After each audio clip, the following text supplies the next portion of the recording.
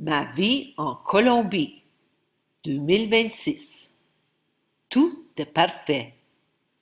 Dans ma vidéo Ma vie en Colombie 2025, j'ai commenté l'évolution du prix du café entre 2018 et 2024. Voici un bref récapitulatif. Les prix sont indiqués en pesos colombiens, car seule la comparaison importe. 2018, une arroba 12,5 kg égale 70 000 pesos colombiens, prix annuel moyen. 2019, 77 000. 2020, 110 000. 2021, 175 000. 2022, 250 000. 2023, 135 000. 2024, 200 000 et 2025, 300 000. Non, je ne me suis pas trompé. Les prix ont augmenté régulièrement de 2018 à 2022.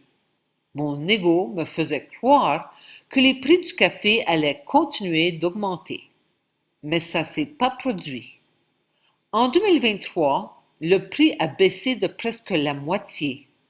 De plus, notre production de café a considérablement diminué, presque chaque année. Production de café. 2018, 333 arrobas. 2019, 440. 2020, 296. 2021, 158. 2022, 223. 2023, 91. 2024, 120. 2025, 170. La baisse de production est principalement attribuable à la coupe de différentes parcelles de café. La tige du caféier est coupée à une souche de 20 à 25 cm après 8 ans.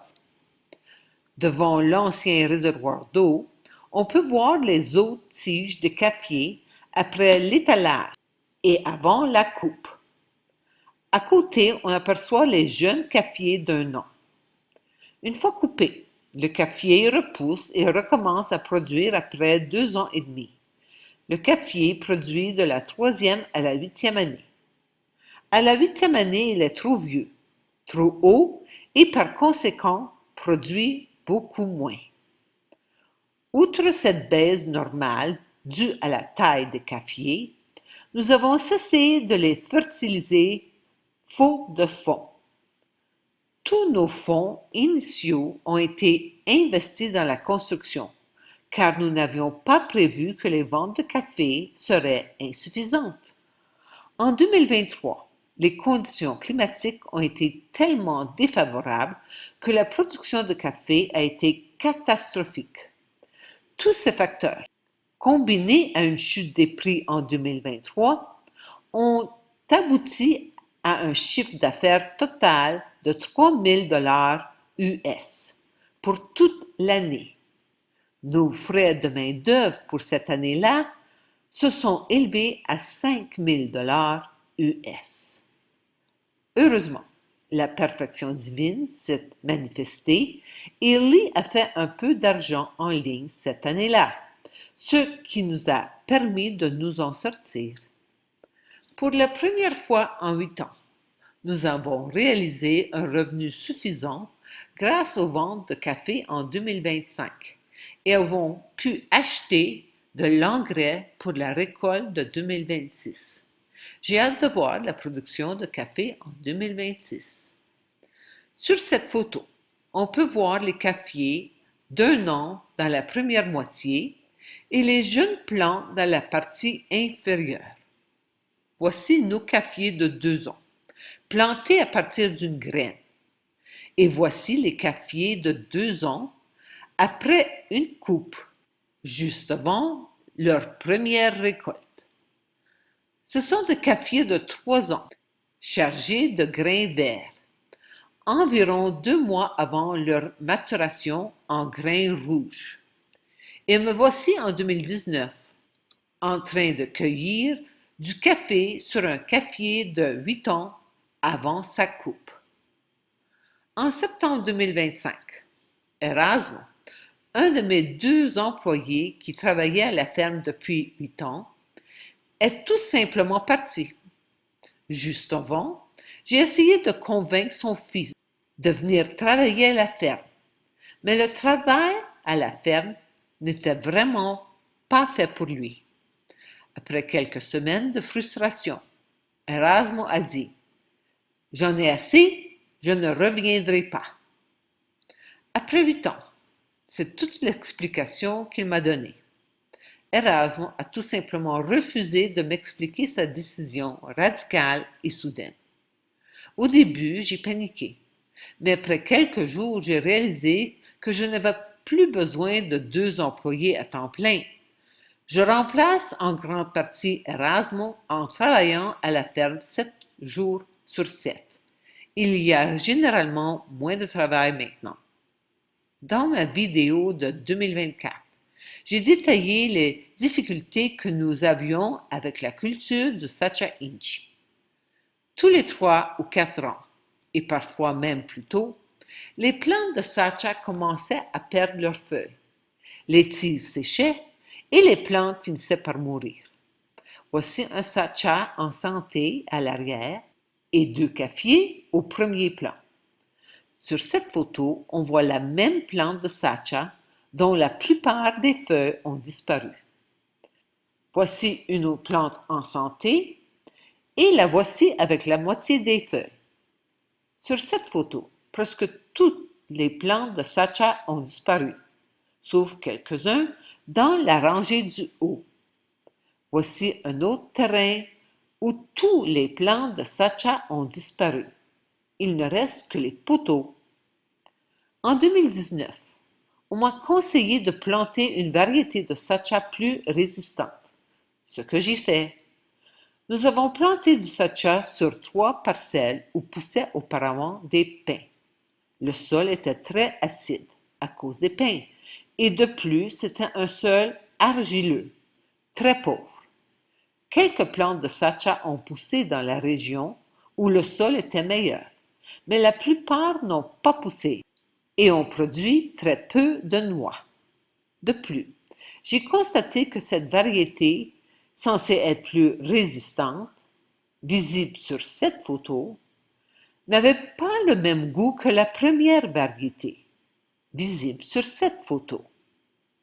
En plus des 3 parcelles de pin, j'ai aussi essayé d'éliminer 2 parcelles de cafier en coupant le tronc au ras du sol, au lieu de le couper à 20 à 25 cm du sol. Voici Lee qui charge les troncs des cafiers dans le camion. J'ai ensuite planté du Sacha dans ces 2 parcelles où le sol était fertile. La deuxième variété de Sacha a poussé, puis, comme pour les 3 premières parcelles, avant même que 3 ans ne soient écoulés, toutes les plantes sont mortes. Au début, j'ai tout fait pour me débarrasser des cafiers, qui, même coupés à ras, continuaient de repousser. J'ai arraché ces nouvelles pousses jusqu'à ce que je finisse par abandonner. Et au moins 90% des cafiers ont repoussé. La perfection divine. Encore une fois. À ce moment-là, j'ai décidé de planter la nouvelle variété résistante avec les cafiers. Mon ego refusait obstinément d'abandonner. Les plantes ont bien poussé. Les vignes ont proliféré à une vitesse folle grâce à la fertilité du sol. Mais je n'avais pas réalisé qu'il fallait tailler chaque vigne. Elles ont envahi les cafiers et les arbres. Or, la production de noix de Sacha était extrêmement faible. Pendant des années, Je n'ai pas compris que si toute l'énergie de la plante est consacrée à la croissance des vignes, elle ne produira pas de noix. Quelle lenteur! Avant, je disais, c'est comme ça. Maintenant, je dis, tout est parfait. Une fois cette simple leçon assimilée, j'ai aussi réalisé que les plantes de Sacha puisaient l'énergie du sol au détriment des cafés, ce qui avait entraîné une baisse drastique de la production de café sur ces deux parcelles. C'était une autre raison de la diminution de la production de café. Bien que cette variété de Sacha, plus résistante, ait bien poussé dans la parcelle de café, au bout de 3 ans environ, j'ai commencé à voir les vignes dépérir à nouveau. Cette fois, la mauvaise qualité du sol n'était pas une fausse explication que mon ego aurait pu me fournir. De plus, j'avais trouvé un excellent insecticide que nous utilisons maintenant régulièrement et j'étais convaincu qu'il sauverait les plantes. Cependant, les vieilles vignes continuaient de dépérir, même si quelques nouvelles pousses continuaient d'apparaître. La mort des plantes était désormais plus rapide que leur croissance. C'est alors que, enfin, la perfection divine m'a donné l'explication que je cherchais depuis 8 ans. Il y a 8 ans, lors de ma première participation à un atelier sur le Sacha, on nous a dit que la plante avait une durée de vie similaire à celle du café, environ 8 ans. C'était un mensonge. La coopérative de Sacha savait que si la vérité était révélée, personne ne poursuivrait ce projet. En réalité, la durée de vie du Sacha est de 3 ans à 4 ans. Mes nouveaux amis, Ruben et Rocio, nos associés dans le projet Poule-œuf, ont assisté à un atelier sur le Sacha et ont découvert la vérité. Avec le recul, tout est devenu limpide. J'ai cependant dû apprendre cette simple leçon à la dure, à force de sueur, de larmes et de 8 ans de travail acharné. J'ai cherché à retrouver les semences de Sacha d'origine. J'ai celles de la variété résistante, mais comme on n'apprécie pas son goût, j'ai décidé de revenir à la variété originale. En Colombie, on dirait que les coopératives de Sacha sont en faillite. Les sites web existent, mais personne ne répond au téléphone. Je soupçonne que la plupart des fermiers qui ont essayé le projet Sacha ont abandonné après le premier essai et les fermes Sacha ont disparu. Je suis manifestement une exception. Je n'abandonne pas. Je sais que Sacha est une des principales raisons de ma présence en Colombie. Mon âme me pousse à aller de l'avant. Cependant, ce qui a changé après presque 9 ans en Colombie, c'est ma conscience. Je n'ai plus aucune attente. Finalement, je me suis complètement abandonnée à mon âme. J'accomplis le travail qui m'attend parce que je sais que mon âme me guide. Il m'a fallu 8 ans pour comprendre les choses et maintenant, le temps est venu d'entamer la prochaine étape de mon évolution personnelle de conscience. Mon ego impatient est mis à l'épreuve. J'ai découvert la numérologie il y a quelques années. Sans entrer dans les détails, je dirais simplement que la numérologie est basée sur un cycle de 9 ans. Lorsque nous sommes arrivés en Colombie au début de mai 2007, je venais tout juste de commencer ma première année du cycle et 2025 était ma 9e. Le 6 mars 2026, je vais commencer un nouveau cycle de 9 ans. Après avoir réalisé cela, j'ai fait quelques calculs supplémentaires et compris que 2008 était la première année de mon cycle précédent. l'année où nous avons subi une descente de l'ARC, Agence de revenus du Canada. Plus tard dans ce cycle, Lee et moi avons été incarcérés. Mes deux derniers cycles ont été 2008 à 2016 et 2017 à 2025. Chacun a été parsemé de défis importants. Je dois dire que j'ai hâte au prochain, dont je suis certaine qu'il sera parfait. Nos poules se portent à merveille. Elles pondent entre 40 et 45 œufs par jour depuis 1 an et demi. Nous avons 47 poules. Je pensais qu'elles se reposeraient après 1 an, mais ça n'a pas été le cas. La vente d'œufs ne nous rapporte rien car l'alimentation des poules absorbe la majeure partie des bénéfices.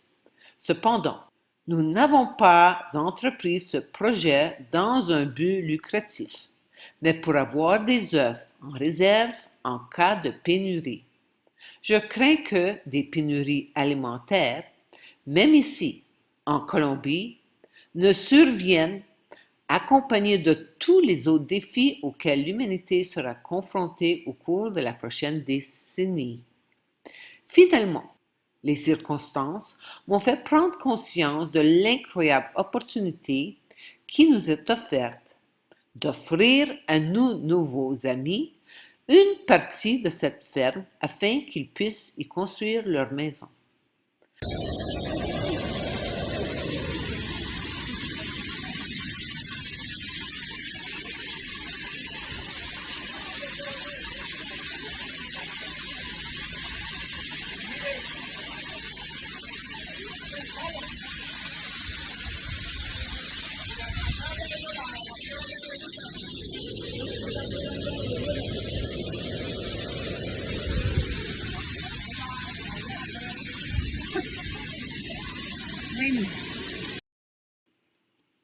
Après son séjour en prison, Lee a été escorté hors du Canada et a retrouvé mes enfants, Luba et Greg, près de la frontière canado-américaine.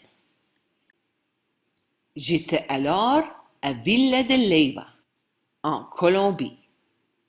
Je ne me souviens de rien, mais Lee m'a dit que j'avais dû parler à mes enfants avant de quitter le Canada et leur demander de lui rapporter les quelques pièces d'or qui ne nous avaient pas été volées par le père biologique de mes enfants. Récemment, Lee m'a rappelé que ces pièces d'or étaient toujours en Floride et, comme son frère est très malade, on devait trouver un moyen de les faire sortir de là. L'or a été vendu et la monnaie, après déduction de frais exorbitants, est arrivée comme par magie. On a vite compris tous les deux qu'on devait utiliser cette monnaie à bon escient. Nous avons offert d'aider nos amis pour leur projet de maison en agissant comme la banque des trois cœurs. Ce prêt est donc sans intérêt. Voici quelques photos. C'est Ruben qui a publié l'annonce pour la vente de cette propriété en mai 2017. Il m'a amené à la finca sur sa moto. Quand j'ai vu la cascade, j'ai su que mon âme avait créé ce paradis sur terre juste pour lui et moi. Sur cette photo, on voit Ruben, son père, sa fille Luciana et moi avec Benito. Ruben a ensuite offert les services de son père, car celui-ci conduit un bulldozer. 8 ans plus tard, son père a loué ce monstre de bulldozer et miraculeusement, il est passé de justesse entre la maison et le mur de notre source d'eau.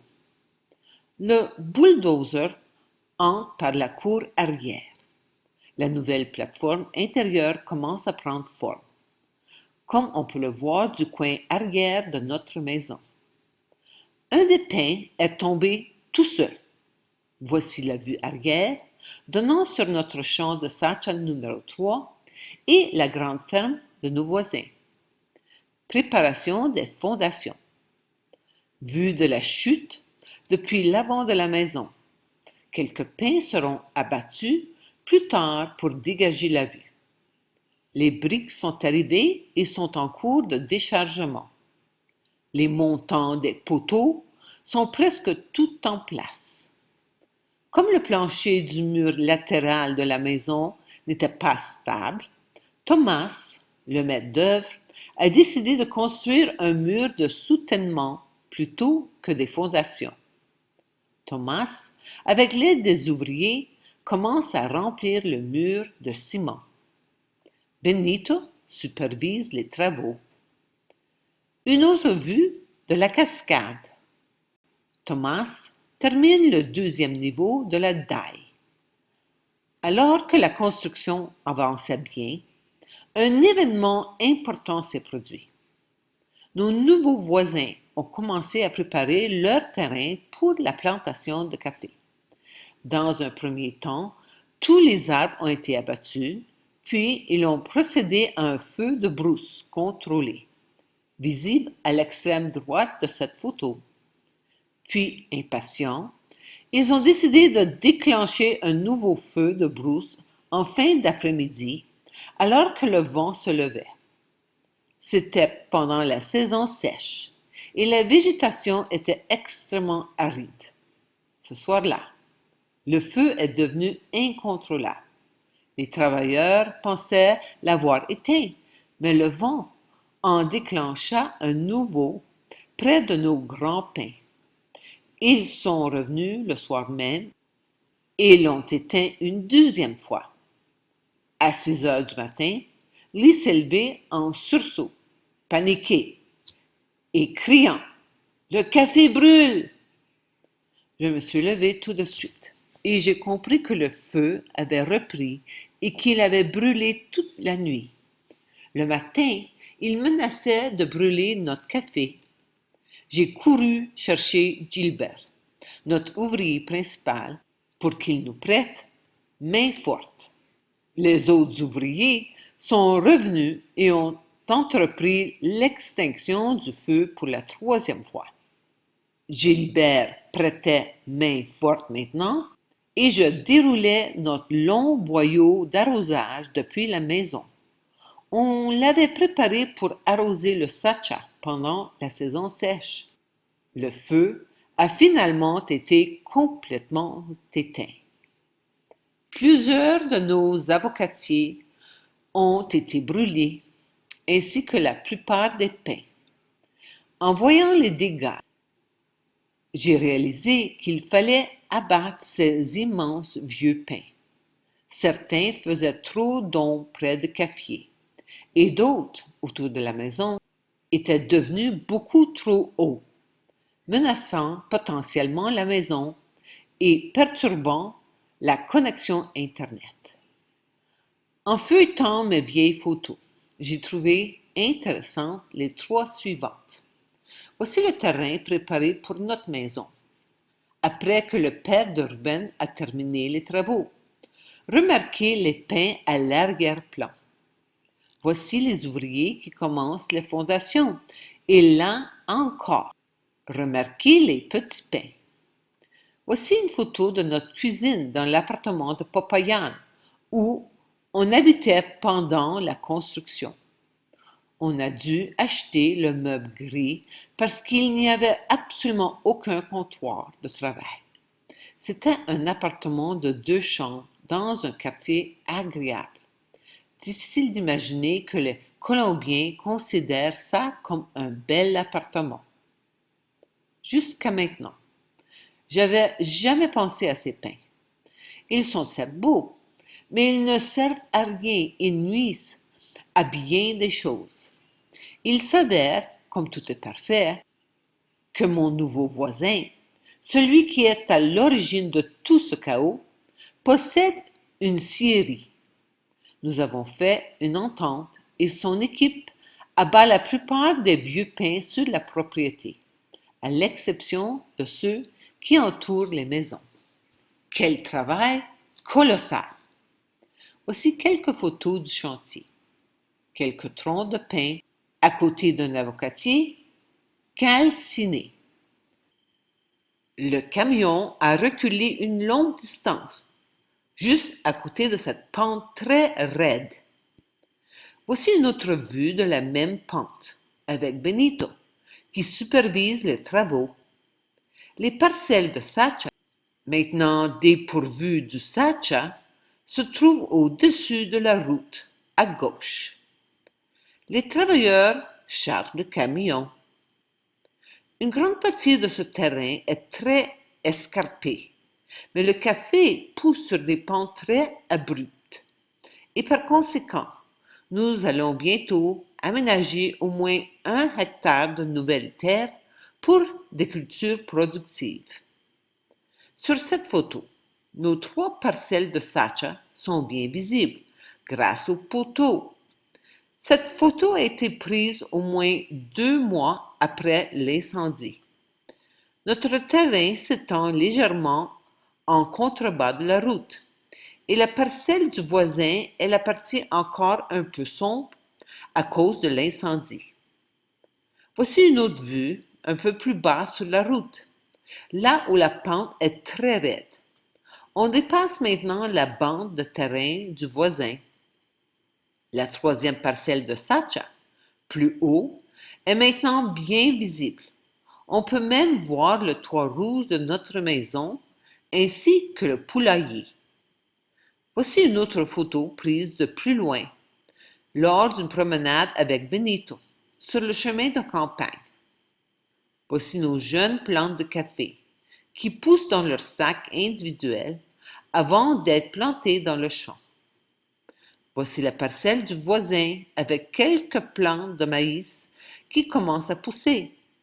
Notre café est la partie verte au-dessus. Voici notre maïs qui pousse dans la première parcelle de Sacha.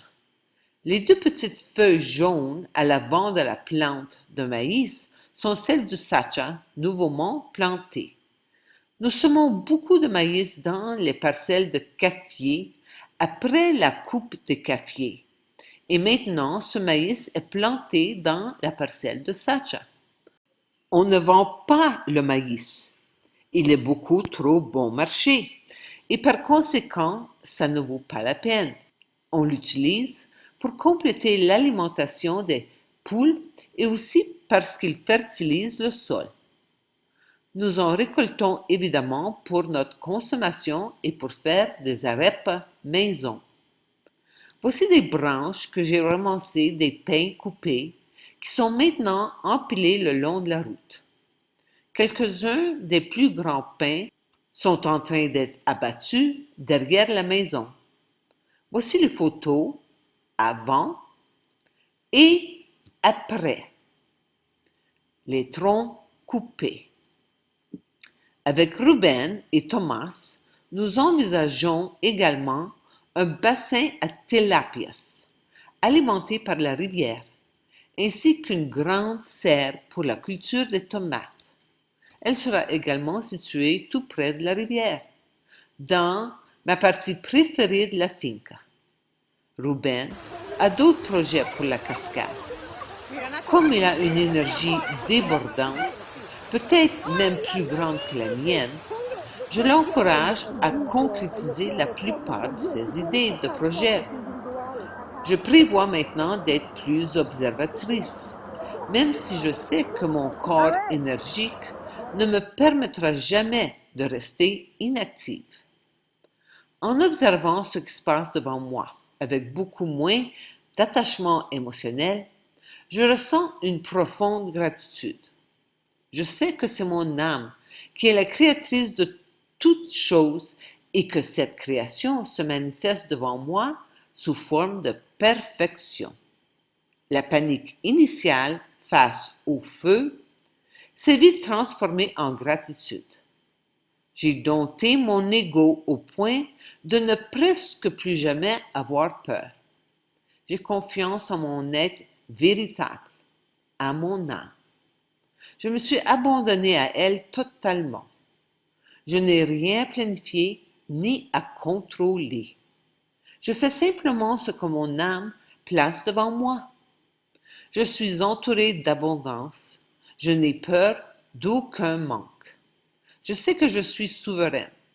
Ça veut dire qu'aucun pouvoir ne peut m'atteindre. Personne ne peut me contrôler d'aucune façon. Et je ne porte plus le poids de la responsabilité envers quiconque. Je vis en paix et je suis dans la joie. Tout est parfait. Amour infini, dies stati. De l'esclavage du millénaire à la souveraineté individuelle. Réjouissons-nous, car la folie que nous vivons est une illusion qui pousse de plus en plus d'entre nous à s'éveiller. Notre monde traverse une crise évolutive, car l'esprit humain est prêt à dépasser l'intelligence rationnelle pour accéder à une conscience supérieure. En Orient, au XXe siècle, Sri Aurobindo et la mère ont découvert et ancré la conscience de vérité, la conscience supramentale, dans l'atmosphère terrestre. Depuis lors, cette conscience supramentale agit sur Terre en tant que pouvoir actif d'évolution. Une fois bien ancrée, la nouvelle conscience était prête à passer à l'étape suivante, sa vulgarisation et sa propagation. En Occident, au XXIe siècle, émerge Persocratia. Sri Aurobindo a synthétisé les idées orientales et occidentales de l'évolution et a déclaré avec audace que les humains sont des êtres de transition, qu'ils ne sont pas définitifs, que l'évolution continue et que les humains seront dépassés. C'est l'avenir qui attend l'humanité. Il s'agit d'une aventure de conscience sans précédent sur Terre. Un seul regard sincère sur la situation mondiale actuelle suffit à nous convaincre qu'elle atteint le point de non-retour. Cessons de répéter nos vieilles habitudes qui ne peuvent qu'engendrer davantage de souffrance. À nous tous de propager la contagion de l'amour infini. En ces temps de dissolution irrémédiable de l'illusion, gardons notre foi ardente et une sincérité sans faille. Nous devons choisir notre âme à tout prix. Amour infini.